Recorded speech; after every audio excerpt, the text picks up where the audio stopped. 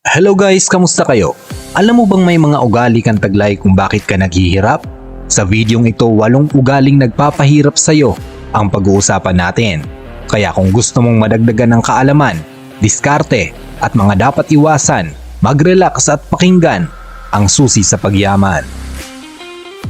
Number 1 na ugaling nagpapahirap sa'yo ay hindi mo alam kung ano ang financial goals and priorities mo. Kung hindi mo alam kung ano ang gusto mo ay paulit-ulit lang talaga ang mangyayari sa'yo. Wala kang target na gustong tamaan. Kung anong uso, yun ang gagawin mo. Kain sa labas, samgyupsal, shopping, inuman, ano ba yan? Ayusin mo naman. Bigyan mo ng oras sa mga bagay na magpapaunlad sa'yo. Alamin mo kung ano ang prioridad mo. Gusto mo bang maghirap ka na lang habang buhay? Yan ba ang goal mo? Pwes, wag mo na akong pakinggan. Pero kung gusto mong umunlad, halika, usap tayo. Pindutin mo na din ang subscribe button at notification bell para lagi mo ako mapakinggan. Pasingit lang. Ang pagyaman o pag-unlad ay nag-uumpisa sa kung ano ang target mo. Maglaan ka ng target at unti-unti mong kilusan. Bawasan mo na yung mga gastos na hindi naman kailangan, kagaya ng Jollibee, McDo o kung ano pa mang mga unnecessary things. Pwede ka namang bumili sa palengke at magluto na lang. O kung hindi talaga kaya, bumili ka sa karinderya at maniwala ka't sa hindi, ang laki ng matitipid mo. Number 2 na ugaling nagpapahirap sa'yo ay living beyond your means. Alam ko dito maraming makaka-relate. Kasi naman dahil lumaki na ang income kung sino-sino na nililibre, kung ano-ano nang binibili. Wala nang pakialam sa future kasi malaki naman ang income ko .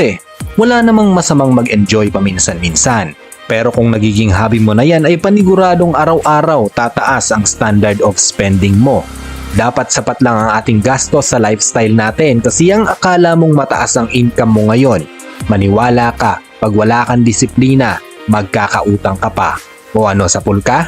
Nung wala ka namang trabaho, wala ka namang utang. Anyari? Kasi habang tumataas po ang ating income ay tumataas din talaga ang gastos natin. That's the reality. At ikaw lang ang makakakontrol niyan. Number 3 na ugaling nagpapahirap sa'yo ay tinatakasan mo ang mga utang mo. Akala mo ligtas ka? Akala mo na utakan mo sila? Ito ang kadalasang hindi nyo napapansin pero malaking impact po sa financial status natin ang pagbabaliwala sa mga utang. Lahat naman tayo gustong makawala sa utang pero ang pinakasolusyon dyan ay kailangan mo yang harapin. Kasi kung binabaliwala mo lang ang utang mo, lalo lang tataas ang interes, lalo ka lang mahihirapan. At hindi ka makakawala dyan kasi lagi mo na lang iisipin ay mangungutang. Pag wala ng pambayad, takasan na naman hanggang sirang-sira na ang imahe mo. Ang dami nang naghahabol sa'yo at ang masakit wala nang magpapautang sa'yo. Kaya ang pinakamaganda talaga ay maghanap ka ng source of income. Huwag kang tamarin, kaya mo yan, naniniwala ako sa'yo. Number 4 na ugaling nagpapahirap sa'yo ay hindi ka nag-iipon habang maaga pa. Kasi iniisip mo, bata ka pa naman, you only live once. Mag-enjoy tayo, baka bukas mamatay na tayo. Tama? Alam nyo, mali po. Kaya ka naghihirap dahil ganyan ang mindset mo. Ang tama po is you only die once but you live every day. Kailangan po talaga ay i-prioritize mo ang mag-ipon. At kapag nakaipon ka na, pwede ka namang kumurot ng katiting lang sa ipon mo para mag-enjoy. At ang kagandahan niyan ay kung nag-uumpisa kang mag-ipon ng bata ka pa, malaki ang maiipon mo. Kapag na-invest mo sa magandang investment, sigurado na ang future mo. O diba?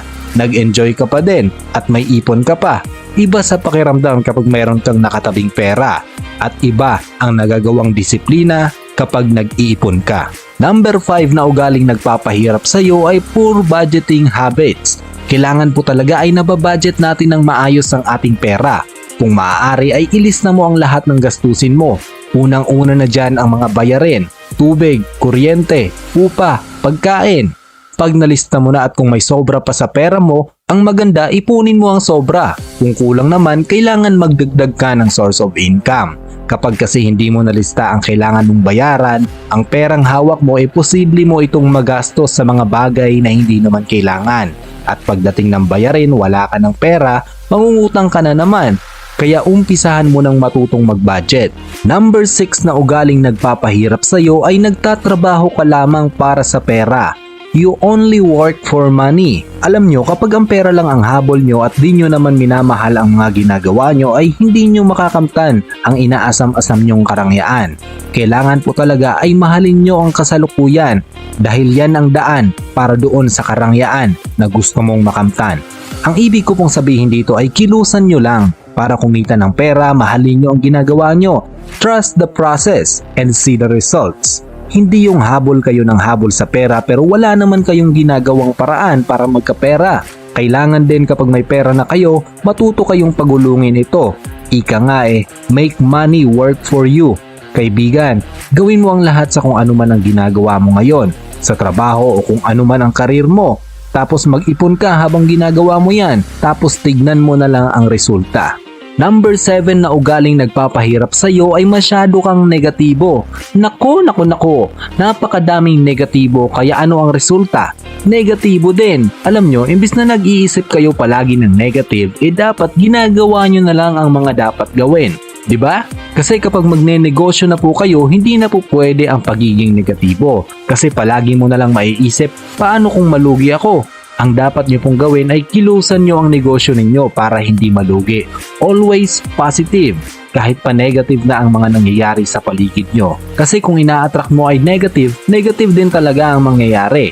Nauubos lamang ang oras ninyo kakaisip ng negatibo na wala namang naidudulot na maganda. At ang number 8 at panghuli sa videong ito na ugaling nagpapahirap sa iyo ay madali kang sumuko. Kumbaga, quitter ka. Hindi ka consistent. Mayroon na bang mga pangyayari sa buhay nyo na sinabi nyong kung tinuloy-tuloy ko lang sana yung ginawa ko noon baka ganto na sana ako ngayon? O diba, ma-reject ka lang ng kaunti parang katapusan na ng mundo mo. Hindi ka lang natanggap sa trabahong ina-applyan mo, gumuho na ang mundo mo. Huwag ganon kaibigan. Lahat tayo nakakaranas ng failure at yung failure na nararanasan mo pag kinuha mo ang lesson dyan at hindi ka sumuko, ginawa mo pa din with lesson from your failure, sigurado talagang magtatagumpay ka. Bakit tingin mo wala bang failure ang mga mayayamang tao? Naku, sandamakmak ang failure ng mga yan kaya sila nagtagumpay. Kasi marunong silang kumuha ng lesson sa bawat pagsubok. Dapat ganun ka din. Kung gusto mong guminhawa ang buhay mo, huwag kang susuko kahit anong mangyari. Ngayon, bilangin mo nga kung ilan ang ugali na meron ka sa mga nabanggit ko at ikomento mo ito sa ibaba. Ilagay mo na din ang lugar kung taga saan ka para alam ko kung hanggang saan nakaabot ang videong ito. Uulitin ko, number 1 na ugaling nagpapahirap sa iyo ay hindi mo alam ang financial goals and priorities mo. Number 2, you are living beyond your means. Mas sobra pa ang gastos mo kaysa sa kinikita mo. Number 3, tinatakasan mo ang utang mo. Takot kang harapin ang mga taong nautangan mo. Number 4, hindi ka nag-iipon habang maaga pa.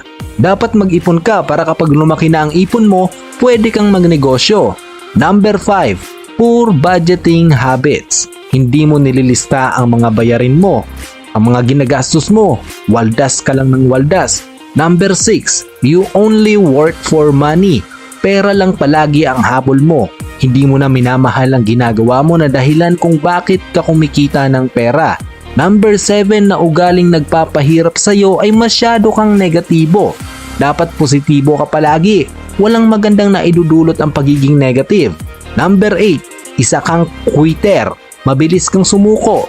Hindi ka consistent. Kaya tuloy yung mga bagay na dapat magpapaunlad sa iyo ay nauudlot. Kasi sumuko ka. O ayan, sana naman ay tanggalin mo na ang mga ugaling nagpapahirap sa iyo. O kung hindi kayang tanggalin, unti-unting mong bawasan. Para naman yan sa iyong kinabukasan. Pero huwag kang mag-alala, makakaahon ka rin sa buhay. Kung ikaw man ay nahihirapan ngayon, basta tama ang pag-iisip mo, basta gusto mong umunlad, siguradong makakabawi ka din. Hanggang dito na lamang mga kaibigan. Kung gusto mo ng mga videong magpapamotivate sa iyo, subscribe nyo ako sa YouTube, follow nyo ako sa Facebook at sa TikTok. Hanggang sa muli, magandang araw at sana'y nasa mabuti kayong kalagayan. At laging tatandaan, ang utak nyo mismo ang susi sa pagyaman. Goodbye.